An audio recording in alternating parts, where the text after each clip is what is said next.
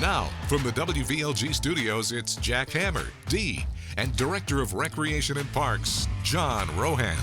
Rohan. It is time for the Recreation and Parks Report.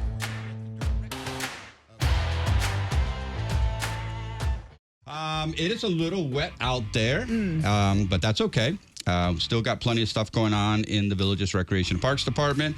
Want to kind of talk a little bit. You will start to see the dragon boaters back out on Lake Sumter. Really? This Yay. week. Yeah. So, we're still getting things fixed up on the wharf there where the Lake Sumter Line boats and the outdoor excursions take place, but we were able to finish up some of the repairs over by where the Dragon Boaters launch and load and unload. So we got them ready to go, and we'll get them out on the water. So it'll be back to life out there in Lake Sumter, and you'll start seeing those folks. They might not be out there today, but you'll start to see them out there. But knowing them and how diehard they are, I wouldn't be surprised. But they are getting geared up, getting their boats all cleaned up, and they'll be back out there. So that's great news there.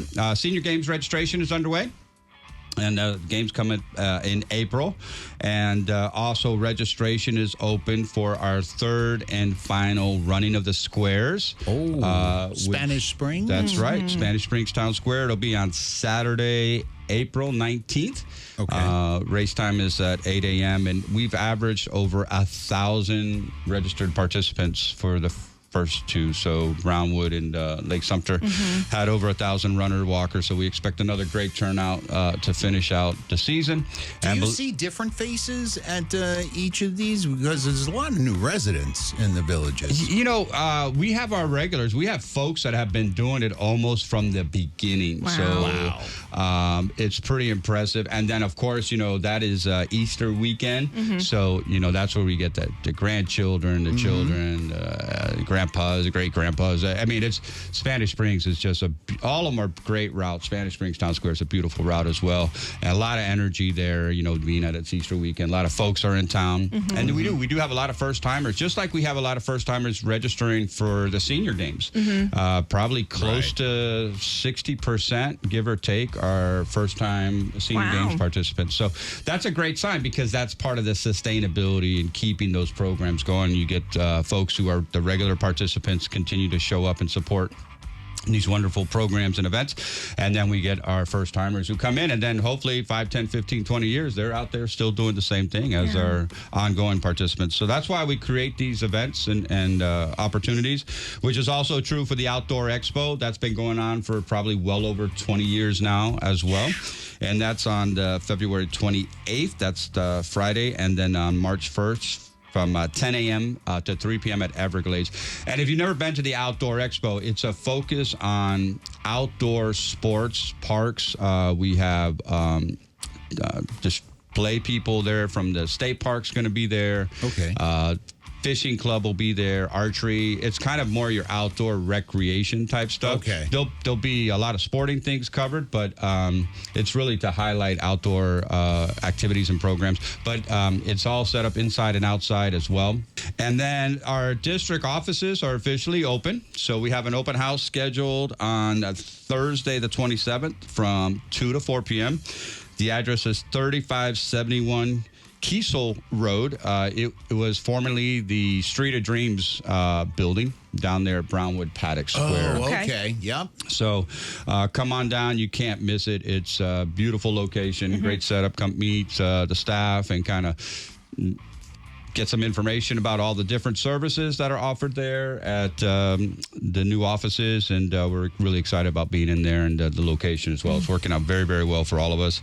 And then lastly, but not least, we want to thank all our residents and guests for being great stewards of bringing their ID cards to the amenities. We've been going on this public PSA, public service announcement every time we get on here pretty much, and it's working, and we want to thank everybody out there for being so diligent. If you're out and about today, drive safely.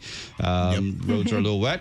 But we have lots of things going on indoors. So if you want to try something new, since it's a little dreary out there, come on inside the rec centers and we'll get you all set up. We've got some brand new rec centers opened up. Go out there and look at them. Today's a good day for it. That's right. And come on over to the La Hacienda Dolores del Rio table tennis room and play some table tennis. It's climate controlled and you can't go wrong. We got all the equipment in there. So that's a great point. Come on out and check out the new table tennis facility, or just go around and check out some of the other recreation centers that you haven't been to on a regular occasion. We were driving around yesterday and we saw a whole bunch of people getting in the pools and stuff like that. It'd probably be a good reminder now that we're getting into the pool season is that there are no glass bottles, glasses out by the pools, because if you were to break glass there, it's devastating, because now you got to shut the whole pool down. Yeah. You know what, Jack? I mean, that's really, I didn't say it, but I had pool etiquette on my list. And look at that. It's almost like you knew what was out, and I left it off. But yes, pool etiquette is also just as much as bringing your ID and guest pass. Yeah, please. And if you, everyone has Bluetooth speakers now. They're very popular. You know, I have like 6 or 7 of them.